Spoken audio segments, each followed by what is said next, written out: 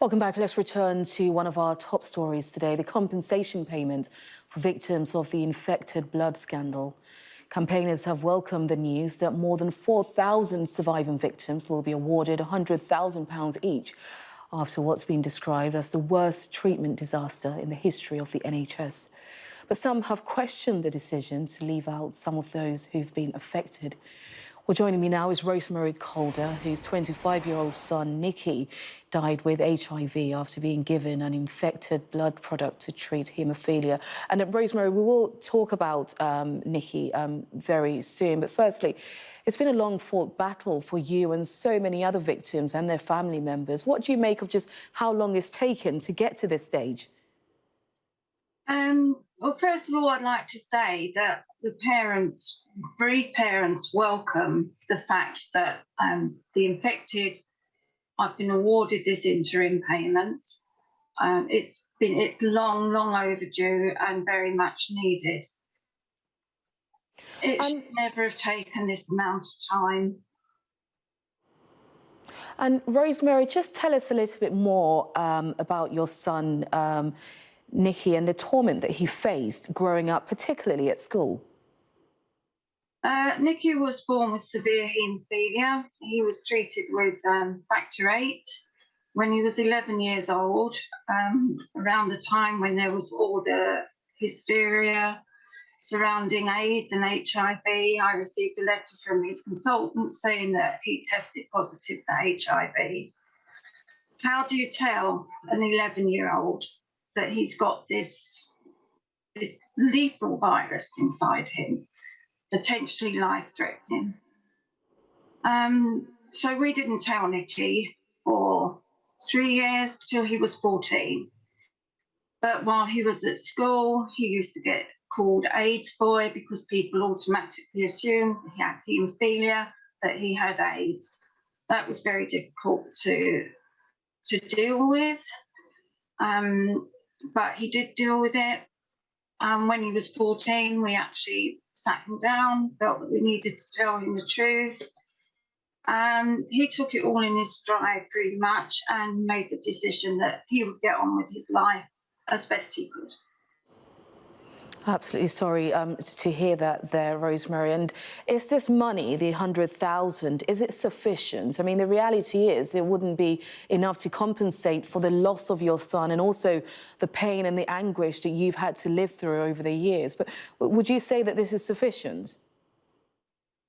There's not enough money in the world that can compensate me or any of the other bereaved parents for the loss of our children. But what we need is recognition of their lives, of the people they were, and not to just keep being brushed aside all the time. Rosemary, what do you make of the inquiry so far and the voices that you've been hearing from the inquiry? Oh, I don't know if I should repeat some of that, to be honest, but it's been very difficult sometimes listening to government witnesses giving their evidence. Clearly that they were very much aware, powers that be were very much aware that of the risks in factor VIII and factor IX. They chose to absolutely ignore it, largely down to money, I guess. This is something that should never, ever happen. It needn't have happened. It was also... It needn't have happened. Yeah, I can hear you. And Nicky, what would you like to see then when it comes to an end, the inquiry comes to an end? What would you like to come out of it?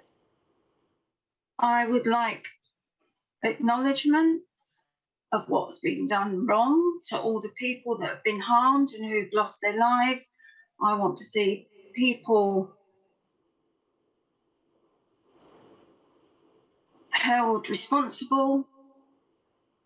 I want an apology, but none of that will ever bring back our children.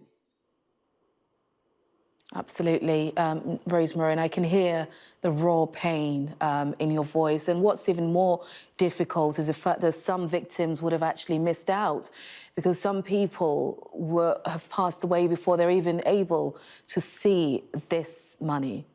Absolutely. I mean, you know, parents of the bereaved children, bereaved parents of the children that we've lost, none of us are getting any younger. Some of them are really quite elderly, and the chances are that they will never get to see the end of this. They will never get to find any kind of peace because they're just constantly brushed aside. And Rosemary, just one of the points that has been very much highlighted today is the decision to leave out some of those who've been affected. What do you make of that? Well, it's something that we're used to. I can understand that to pay the interim payment to the infected and the bereaved spouses that are already on the schemes is much more straightforward, but the government needs to start the process of registering those people, parents, children who've lost parents. There are so many children that have lost their parents who are also just ignored. They need to start a process for getting them registered so that when the inquiry does come to an end, and hopefully compensation will be awarded, then the wheels can be put into motion quickly rather than having more prolonged waiting for everybody. Rosemary, I can see that the emotion is still very much raw for you, and I appreciate you taking the time out to speak to us here on Sky News. As Rosemary Calder, whose 25-year-old son, Nicky, died with HIV after being given an infected blood product to treat haemophilia. Thank you so much for your time. Thank you.